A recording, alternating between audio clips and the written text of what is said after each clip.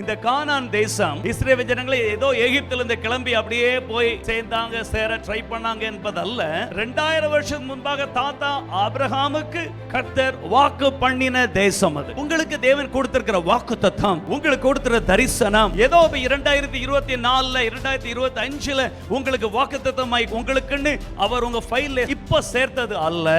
தேவன் உங்களுக்கென்று பிளான் பண்ணி உங்களுடைய ஆவியிலே உங்களோடு கனெக்ட் பண்ணி இதை செய்வான்னு சொல்லி அப்பவே கர்த்தர் பிளான் பண்ணதான் இன்றைக்கு உங்களுக்கு தரிசனமாய் கொடுக்கிறார். ஆனால் வித்தியாசம் என்ன தெரியுமா? அதை சுதந்திரிக்காமல் செத்து போனவங்க நிறைய பேர் உண்டு. ஏன் சுதந்திரிக்காமல் செத்து போனாங்க? அவர்கள் வாக்குத்தத்தத்தை குறித்து அசதியா இருந்தார்கள். நடந்தால் நடக்கட்டும், ஆண்டவருக்கு வேணும்னா செய்யட்டும். இது ஒரு தவறான மனப்பக்குவம் கிறிஸ்தவ மக்களுக்குள்ள இருக்கிறது. காரணம் ஜெப குறைவல்ல, சோம்பல், அசதி, டிசிப்ளின் இல்ல. நான் அனுதினமும் தரிசனத்தினாலே உந்தப்படுகிறேன். கண்களை மூடின உடனே தரிசனம். கர்த்தர் இப்படி சொல்லி இருக்கிறார், அது நிறைவேறும். இதுதான் என்னுடைய ஜெபம். ஏனென்றால் தேவன் வாக்கு பண்ணினார், அதை விசுவாசித்து விசுவாசத்தினால் அபிஷேகத்தை பெற்று போய் சுதந்தரிக்க வேண்டும்.